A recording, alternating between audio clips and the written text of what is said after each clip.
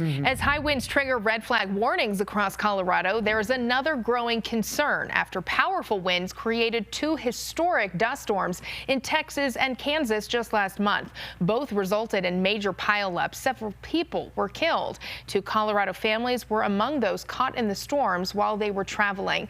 Your reporter Karen Morfitt talking with State Patrol as well as the Department of Transportation about how to stay safe. So Karen, when does wind become a safety concern on our highways?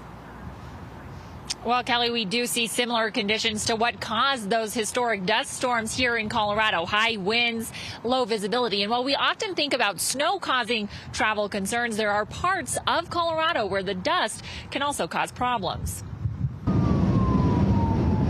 In the days immediately following a deadly dust storm in Kansas, Eddie Chersavini shared his family's terrifying experience.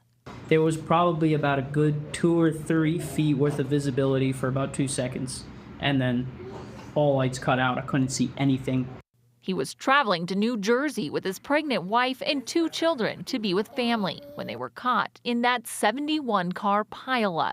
He went to go open his door to get out to start helping people, and literally a semi flew past us. Colorado State Patrol was monitoring similar conditions in eastern Colorado and issued a warning of strong winds and low visibility due to blowing dust. I think we've all seen where those semis get light on one side and we all get nervous.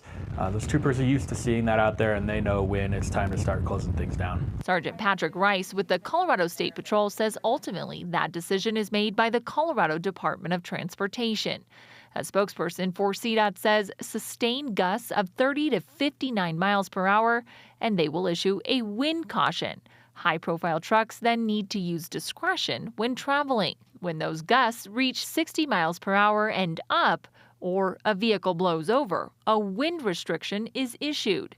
High-profile and light vehicles are then not allowed. State Patrol says with that in mind, it's important for drivers to know how to respond. The safest place for you to be, contrary to popular belief, is going to be inside your car. With that, stay in your car, call 911, let them know where you're at, and wait for us to come get you.